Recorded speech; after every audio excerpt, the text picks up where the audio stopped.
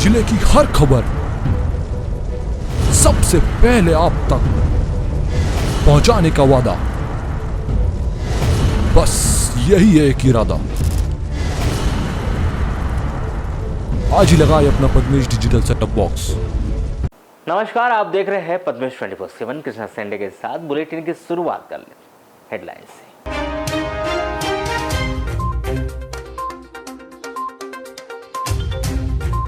नागपुर से अपने घर लौट रहे दो भाइयों पर अज्ञात 3 युवकों ने किया हमला। हथौड़े से मारकर छोटे भाई की निर्मम हत्या, बड़ा भाई हुआ गंभीर रूप से घायल।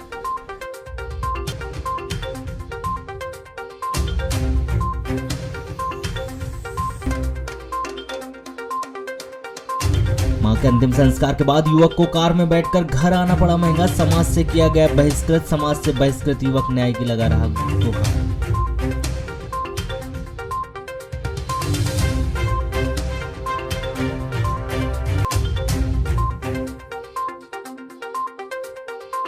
परसवाड़ा मंडला रोड पर छोटा हाथी वाहन की ठोकर से मोटरसाइकिल सवार बीएसएफ जवान हुआ घायल। जिला अस्पताल से प्राथमिक उपचार कर मेडिकल कॉलेज किया गया रेफर।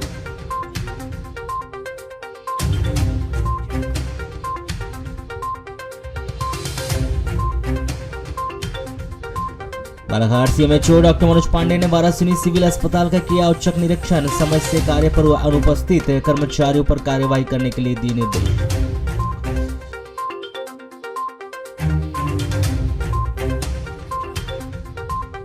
अंतर्राष्ट्रीय योग दिवस कार्यक्रम के अवसर पर जिले भर में सामूहिक रूप से किया गया योगाभ्यास। बड़ी संख्या में लोग और स्कूली बच्चों ने किया योगाभ्यास।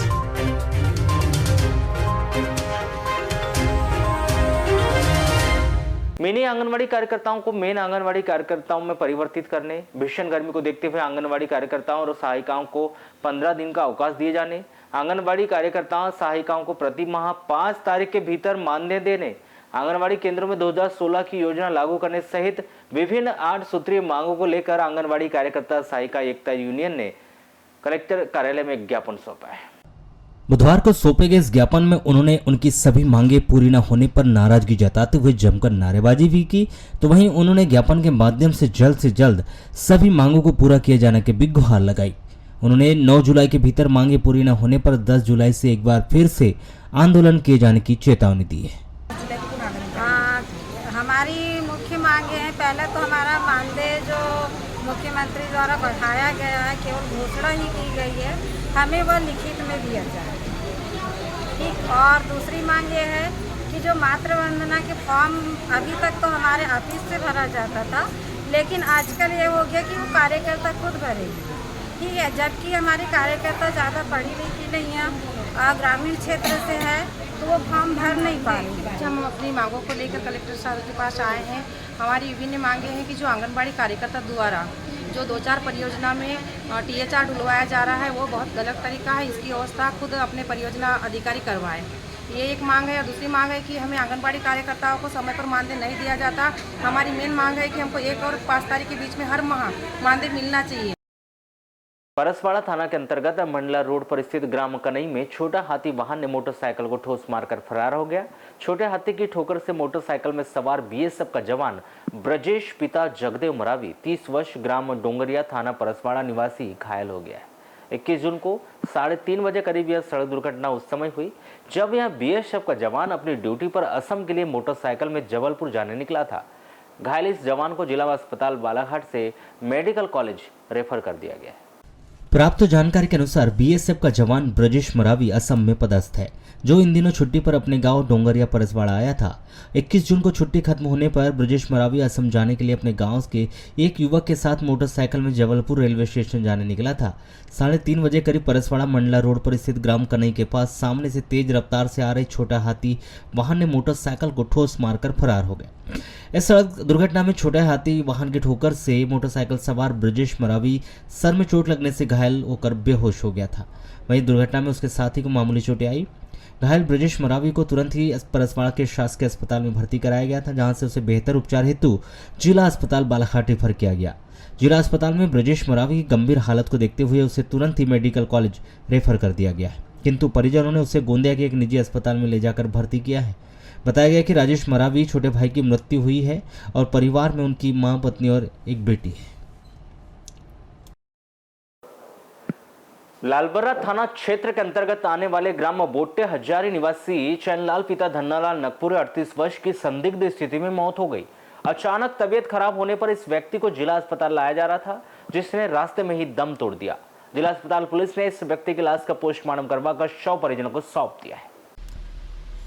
प्राप्त जानकारी के अनुसार 21 जून को सुबह 6 बजे चैनलाल अपने बड़े भाई कुंजीलाल के साथ खेत में काम करने गया था। 10 बजे करीब जब चैनलाल अपने खेत में काम कर रहा था, जो काम करते करते अचानक गिर गया। बड़े भाई कुंजीलाल के पूछने पर चैनलाल ने पेट में दर्द होना बताया। तब चैनलाल को उसके बड़े भाई कुंजीलाल ने घर लाया। चैनलाल ने घर में खाना खाया, जिसके बाद उसने पेट और पीठ में दर्द होना बताया। परिवार के लोग चैनलाल को उपचार के लिए 4 व्हीलर से जिला अस्पताल ला रहे थे, किंतु कनकी के पास चैनलाल बेहोश हो गया। 11:15 बजे करीब चैनलाल को जिला अस्पताल लाया गया। डॉक्टरों ने उसे मृत घोषित कर दिया। चैनलाल की जिला अस्पताल लाते समय रास्ते में ही मौत हो चुकी थी। जिला अस्पताल पुलिस चौकी प्रभारी के द्वारा मृतक चैनलाल की लाश का पंचनामा कार्रवाई के पश्चात पोस्टमार्टम करवाकर शव परिजनों को सौंप दिया है। चैनलाल की मौत किस वजह से हुई है, अभी यह स्पष्ट नहीं हो पाया है। पोस्टमार्टम रिपोर्ट आने के बाद ही स्पष्ट हो पाएगा। में बढ़ती आपराधिक घटनाओं के चलते 2 दिन पहले ही बूढ़ी ITI रोड पर मोटरसाइकिल सवार शरारती तत्व ने एक युवक को पेट में चाकू मारकर घायल कर दिया था। तो वहीं 20 जून की रात सामने एक शरारती तत्व ने शराब खरीद कर नहीं देने पर एक युवक को सर में रॉड मारकर घायल कर दिया। इस वारदात में लोहे की रॉड से वार से घायल हुए युवक संदीप पिता सीताराम रेकपार 27 वर्ष ग्राम समनापुर थाना नवेगांव ग्रामीण निवासी को जिला अस्पताल बालाघाट में भर्ती किया गया है। प्राप्त जानकारी के अनुसार संदीप रैकवार ग्राम समनापुर निवासी है, जो राजमिस्त्री का काम करता है। 20 जून की रात्रि में संदीप रैकवार अपने मामा के लड़के सागर के साथ बालाघाट आया था और बालाघाट में काम निपटाने के बाद 10:30 बजे संदीप रैकवार अपने मामा के लड़के सागर के साथ बस स्टैंड स्थित शराब दुकान में शराब खरीदने गया था। शराब खरीदते समय वहाँ एक अज्ञात लड़का आया और संदीप रैकवार से बोला कि उसे भी शराब खरीद कर दो। जब संदीप ने मना किया तो वह वाद विवाद करने लगा। तब संदीप रैकवार अपने मामा के लड़के के साथ बस स्टैंड से पैदल ही पोस्ट ऑफिस के सामने से जा रहे थे। तभी उसी लड़के ने संदीप के सर में पीछे से लोहे की रॉड से वार कर दिया। लोहे की रॉड का वार सर में लगने से संदीप रैकवार का सर फट गया और वो घायल हो चुका था, जिससे अपने साथ वालों ने मोटरसाइकिल से जिला अस्पताल बालाघाट ले जाकर भर्ती किया। बताया गया कि इस शराबी तत्व के संबंध में डायल 100 को सूचित कर दिया गया था। सूचना मिलते ही डायल 100 बस स्टैंड पहुंची और इस डायल 100 को सूचना मिलते ही उस शरारती लड़के को पकड़ लिया गया। जिला अस्पताल में पुलिस ने संदीप के रैकवार का बयान लेकर अस्पताल अग्रिम कार्रवाई हेतु कोतवाली भिजवा दी है। 100 के कर्मचारियों ने बताया कि आपको मारने वाला लड़का तद्दू नाम का, जो अस्पताल की कैंटीन में काम करता है। आपको बताया कि 2 दिन पहले ही 19 जून की शाम 6:30 बजे करीब जब महेश खोबरा गड़ेबी वार्ड नंबर 13 बूढ़ी गंगानगर निवासी बस स्टैंड से पैदल अपने घर जा रहा था, तभी ITI रोड बूढ़ी में शिव मंदिर के पास मोटरसाइकिल सवार असामाजिक तत्वों ने महेश को चाकू मारकर फरार हो गए थे। हालांकि चाकू का वार महेश के पेट में लगा, जिसे हल्की सी चोटें आई थी। इस युवक को जिला अस्पताल में भर्ती कराया गया है। पिछले दिनों रामपायली के अंतर्गत आने वाले ग्राम चिकला बांध में एक परिवार को समाज से बहिष्कृत किए जाने का मामला सामने आया था। बहिष्कृत परिवार ने समाज के कुछ लोगों पर आरोप भी लगाया था, वह कार्रवाई किए जाने की मांग की थी। वहीं समाज के कुछ प्रतिष्ठित व्यक्तियों के खिलाफ नामजद शिकायत भी दर्ज कराई गई थी। जहां समाज से बहिष्कृत किए जाने वाले इसी मामले में अब डहरवाल कलार समाज संगठन ने आपत्ति जताते हुए बुधवार को कलेक्टर कार्यालय में ज्ञापन सौंपा है। ज्ञापन में उन्होंने गांव के एक व्यक्ति और उसके पूरे परिवार को आपराधिक प्रवृत्ति का होने का आरोप लगाते हुए उस परिवार पर समाज में प्रतिष्ठित व्यक्तियों को झूठी शिकायतों में फंसाने का भी आरोप लगाया, जिन्होंने झूठी शिकायत करने वाले उक्त व्यक्ति और उसके परिवार के खिलाफ वैधानिक कार्यवाही करने और पीड़ित परिवारों को इंसाफ दिलाए जाने की मांग की। क्या है, ये चिखला बांध नाम का ग्राम है रामपाली के पास। उस गांव की एक समस्या को लेकर के और हम सब लोग समाज के यहाँ पर एकत्रित हुए हैं। समस्या ये है कि वहाँ एक ऐसा परिवार है जिसने पूरे समाज के लोगों का जीना बहाल करके रखा है। यानी उस परिवार का प्रत्येक व्यक्ति ऐसा लगता है आपराधिक प्रवृत्ति में। 2 साल पहले की घटना है। उस परिवार के ये लड़की ये लड़की आ रही है, ये उस परिवार की बहू है। इसके 2 छोटे छोटे बच्चे हैं। इन दोनों बच्चों को और इसको छोड़ करके उसने क्या काम किया, अपने पड़ोस में एक विधवा महिला को लेकर के भाग गया। और वो विधवा भी कब हुई थी, मात्र लगभग 8-10 दिन पहले। 8-10 दिन पहले उसका पति मरता है और पति मरने का इंतज़ार ही ये कर रहा था और उसके 8 दिन के बाद में उसको लेकर भाग जाता है। बच्चों की हालत आज दर है, पत्नी दर की ठोकरें खा रही है एक तरफ, दूसरी तरफ वो जो परिवार है मैंने स्वयं के 2 बच्चे हैं वो भी दर की ठोकरें खा रहे हैं। इस पर चिखला बांध के एक सामाजिक विवाद को लेकर के यहाँ पहुंचे हैं। वो हम सिर्फ यही मांग करते हैं कि वो जो विवाद है, इस प्रकार की असामाजिक घटनाएं कहीं भी घटित ना हो, क्योंकि उनमें 2 परिवार को असहाय बना के एक वीडियो महिला के साथ यहाँ से भाग गया है। ये कृत्य ही असामाजिकता को प्रदर्शित करता है। रामपायली थाना के अंतर्गत ग्राम डोंगरगांव लिंगमारा के बीच में एक युवक की सर में हथौड़ा से मारकर निर्मम हत्या कर दी गई। प्राप्त जानकारी के अनुसार दिनी निवासी रामप्रसाद उपंसी खेती मजदूरी करते हैं, जिनके परिवार में पत्नी और 2 बेटे मासूम उपंसी और शिव शंकर उपंसी है। दोनों भाई भी मजदूरी करते हैं। 2 माह पहले मासूम उपवंशी अपने बड़े भाई शिव शंकर के साथ नागपुर मजदूरी करने के लिए गए हुए थे। 20 जून को दोनों भाई अपने घर दिनी आने के लिए नागपुर में बस में बैठे थे। रात्रि 11 बजे करीब दोनों भाई बस से बारासूनी पहुंचे। रात्रि दिनी जाने के लिए कोई साधन नहीं होने की वजह से दोनों भाई बारासूनी से लिफ्ट लेकर डोंगरगांव पहुंचे और डोंगरगांव से दोनों भाई पैदल अपने गाँव दिनी जाने निकले थे। डोंगरगांव के आगे ग्राम लिंगमारा राम मंदिर के पास पहुंचे ही थे कि तभी एक मोटरसाइकिल में अज्ञात 3 युवक पहुंचे और दोनों भाई पर हमला कर दिया। मासूम उपंसी के सर में हथौड़ा से वार कर दिया, जिससे मासूम उपंसी वहीं पर गिर गया। हमलावरों ने शिव शंकर को भी मारपीट की, जिससे उसके सर में चोट आने से वह भी बेहोश हो गया था। यह घटना रात्रि करीब रात के 1:30 बजे की बताई जा रही है। घटना के आधे घंटे बाद शिव शंकर को होश आने पर वह भागते हुए घर पहुंचा और उसने घटना के संबंध में अपने परिजनों को बताया। परिजन जब वहां घटनास्थल पर जाकर देखे तो वहां मासूम की लाश पड़ी हुई थी, जिसके सर पर हथौड़ा का वार था और मौके पर ही हथौड़ा पड़ा हुआ था। सूचना मिलते ही रामपायली थाना प्रभारी सुनील बनौरिया अपने स्टाफ के साथ वहां पहुंचे और मौके पर जांच पड़ताल की। मौके से हथौड़ा जब्त किया। 21 जून को सुबह मृतक युवक मासूम की लाश के पंचनामा कार्रवाई के पश्चात पोस्टमार्टम करवा कर 100 परिजनों को सौंप दिया है। मर्ग कायम कर इस मामले को जांच में लिया है। केंद्रीय गृह मंत्री अमित शाह का गुरुवार को बालाघाट आगमन हो रहा है, जिनके आगमन को लेकर देखते हुए शासन प्रशासन के द्वारा उनकी सुरक्षा व्यवस्था के लिए पुख्ता इंतजाम किए गए। तो वहीं 1000 से अधिक पुलिस कर्मियों की ड्यूटी सुरक्षा व्यवस्था में लगाई गई है, जहां गृह मंत्री अमित शाह के आगमन को लेकर पूर्व सांसद कंकर मुंजारे ने तंज कसा है। पूर्व सांसद कंकर मुंजारे ने गृह मंत्री अमित शाह की सुरक्षा व्यवस्था में 1000 से अधिक जवानों की ड्यूटी लगाने पर ऐतराज जताते हुए गृह मंत्री अमित शाह को आपराधिक प्रवृत्ति का बताया, जिन्होंने सोहराबुद्दीन और न्यायाधीश लोहिया की हत्याकांड से अमित शाह के जुड़े होने की बात कहते हुए मामले की वैधानिक जांच कराने और नैतिकता के आधार पर अमित शाह से इस्तीफा दिए जाने की मांग की। वहीं इसे मुंजारे ने स्पष्ट कर दिया कि बालाघाट सहित पूरे प्रदेश में चाहे अमित शाह आ जाए या प्रधानमंत्री नरेंद्र मोदी, भारतीय जनता पार्टी की सरकार प्रदेश में नहीं बन सकती। यह तमाम बातें पूर्व सांसद कंकर मुंजारे ने बुधवार को आयोजित एक पत्रकार वार्ता के दौरान दी, जिन्होंने अमित शाह के बालाघाट आगमन पर सड़क पर उतरकर किसी भी तरह का विरोध न करने की बात कहते हुए प्रदेश के विभिन्न मुद्दों पर अपने विचार रखे, जहां उन्होंने शिवराज सरकार पर भी जमकर निशाना साधा। 2023 चुनाव को लेकर क्या लगता है? देखिए, भाजपा ताकत लगा रही है चुनाव को लेकर, वो अमित शाह को बुला ले या नरेंद्र मोदी को बुला ले, मध्य प्रदेश इस बार उनसे हाथ से निकल जाएगा, बचेगा नहीं। ये तो पक्की बात है एकदम। लाडली बहना योजना को इसलिए उन्होंने लॉन्च किया है, उनके पाँव से, शिवराज सिंह के पाँव से जमीन खिसक गई नीचे से, कुछ बचा नहीं। 20 साल बाद उनको बहन के मामले में ख्वाब आ रहा है, 20 साल बाद लगे ख्वाब आने में उनको। ये बहुत ही मुख्यमंत्री के लिए शर्मनाक बात है, मगर सब महिलाएं समझ रही है, सब जान रही है कि ये पूरा चुनाव के लिए हमको रिश्वत दे रहा है। और अभी जो पैसे डाले हैं वो पैसे भी जो है महिलाओं के हाथों में नहीं जा रहे हैं, उनके अकाउंट बंद हैं, लॉक कर दिया गया है अकाउंट को, तो उनको पैसे भी नहीं मिल रहे हैं। पैसे भी डाल दिए, बोल रहे कि पैसे उनके हाथ में नहीं आ रहे हैं, होल्ड कर दिया है, अकाउंट उनका होल्ड है, पैसे नहीं डाल सक रहे हैं। अगर उनको पैसे देना था तो उनके डायरेक्ट अकाउंट में डाला ना, जो उनके हमेशा अकाउंट चलते हैं। तो वो सब पूरा झूठा मामला है। और ये कौन सी भाषा ला दी है, बहना बहना करके? मतलब में कोई बहना बोलता है क्या कोई? बहुत कहाँ की भाषा है?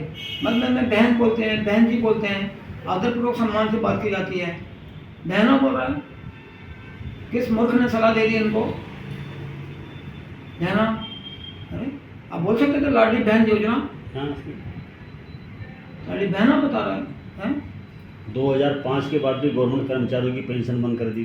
पेंशन बंद कर दी, पेंशन नहीं मिल रही है, उसकी बात नहीं कर रहे हैं। तमाम चीज़ें यहाँ पे हो रही है। अभी मालूम है आपको 6 महीने में अभी इन्होंने 29,000 करोड़ रुपये कर दिए। 6 महीने में, जनवरी से लेकर अभी तक के 6 महीने जून तक के 29,000 करोड़ रुपये कर्जा एक ही महीने में 4 बार कर दिए हैं। फरवरी में 4 बार है, मार्च में 4 बार है। इतना पैसा कहाँ जा रहा है? तो ये तो कर्ज लेने की चल रहा, रोज कर्ज ले रहा, रोज। तो लाडली बहना को कहाँ से पैसे दे रहा लाके? वो रिश्वत दे रहे हैं, चुनाव की जनता के पैसे से रिश्वत दी जा रही है चुनाव के लिए। लेकिन लोग समझ रहे हैं, महिलाएं समझदार है, बहनें समझदार है, वो नहीं आने वाली कुछ से। अभी हम चला रहे हैं अभी आंदोलन हम अभी संपूर्ण क्रांति अभियान, वहाँ हम बात कर रहे हैं। लोग बोल रहे हैं कि हमको मालूम है, आप ठीक बोल रहे हैं। अरे आपको ये उनको ये सब ये देने की जरूरत क्या है? लाडली बहन योजना में आप उनके लिए एक काम करो ना भाई, अस्पताल के अंदर दवाई अच्छा करो, डॉक्टर ठीक मिल जाए, दवाई मिल जाए, उनको मुफ्त में इलाज करो। वहाँ पे बच्चों की पढ़ाई ठीक हो, गांव में मास्टर हो। वहाँ पे एक मास्टर है, एक मास्टर जो है वो 5 क्लास संभाल रहा है। अभी ये सिहुरा गांव पास में, कभी जाके देखिए, सिहुरा है ना चिखला के पास, एक मास्टर है, वही गाँव का है, विकलांग है। उसने 2 लोगों को रख दिया अपने पैसे से पढ़ाने के लिए। दो महिलाओं को रख दिया, 10वीं वाले, 10वीं पास वाले को, 2 लड़कियों को वो पढ़ाती है। मतलब तो क्या हालत है? 5वीं तक के एक मास्टर, 6वीं 7वीं 8वीं में मुश्किल से 1-2 मास्टर रखते हैं। विषय तो उसमें कितने होते हैं? अलग विषयवार टीचर होते हैं ना, 6 विषयवार होते हैं। तो ये हालत खराब है शिक्षा का। अभी पिछले साल की साइकिल अभी तक नहीं बटी है, साइकिल अभी तक नहीं दी है, ड्रेस अभी तक नहीं दी है। जो बच्चों को जो ड्रेस देते हैं स्कूल में, उनकी ड्रेस नहीं मिली अभी तक। पिछले साल की साइकिल नहीं मिली अभी। अभी इस बार 1 साल की बाद साइकिल बांटेंगे, अभी चुनाव है इसलिए ड्रेस बांट रहे हैं। और ड्रेस बहुत घटिया किस्म की है, कपड़ा बहुत घटिया किस्म का ड्रेस का, बिल्कुल 3 लाख। उसमें भी बहुत लूट हो रही है, पैसे खा रहे हैं। तो शिवराज का कुछ कहीं पे भी धरातल पे कुछ है ही नहीं उसको। शिवराज का सबसे घटिया मुख्यमंत्री है, सबसे निकम्मा है, सबसे भ्रष्ट है, सबसे बेईमान है, अब तक झूठ बोलने में माहिर।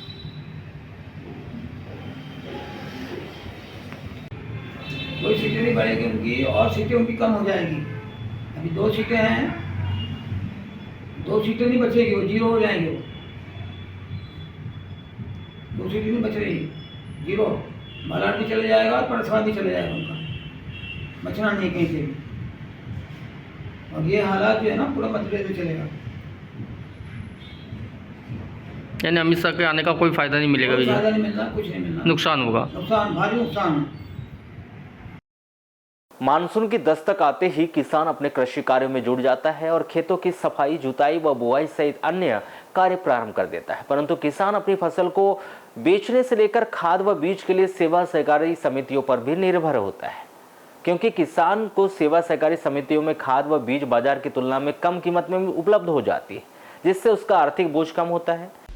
लालबरा विकास खंड के सेवा सहकारी समितियों में वर्तमान समय तक शासन के द्वारा प्रमाणित बीज उपलब्ध नहीं करवाया गया और नगर मुख्यालय स्थित वरिष्ठ कृषि विकास अधिकारी किसान ज्ञान केंद्र लालबरा में JR 81 चिन्नौर धान बीज बाजार से कम दाम में मिल रहा है, परंतु क्षेत्रीय किसान जिस किस्म के धान बीज का उपयोग अधिक करते हैं वह सेवा सहकारी समिति व कृषि विभाग कार्यालय में नहीं आ रहे। ऐसी स्थिति में किसानों को मजबूरी में बाजार से अधिक दामों में बीज खरीदकर बुआई का कार्य करना पड़ रहा है, जिससे उन्हें आर्थिक परेशानियों से जूझना पड़ रहा है। सोसाइटी वगैरह से बीज मिल ही नहीं रहा भैया, अपने को प्राइवेट से खरीदना पड़ रहा है, तो महंगे दामों में महंगे दाम में लाना पड़ रहा है। अच्छा, वहाँ मिलता है तो फिर सस्ते दामों में मिलता है क्या? कुछ कंसेशन रह जाता है उसमें।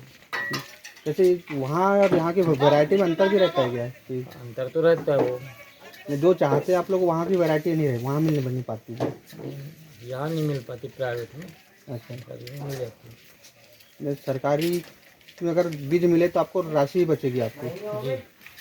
प्राइवेट महंगे दामों में ला रहे हैं, क्या होना चाहिए? मिलना चाहिए सरकारी जो सोसाइटी है किसानों के हित के लिए, तो हमें मिलना चाहिए। प्राप्त नहीं होता किसानों को, इसलिए प्राइवेट लेना, प्राइवेट खरीदना पड़ रहा है महंगे दामों में, महंगे दामों में।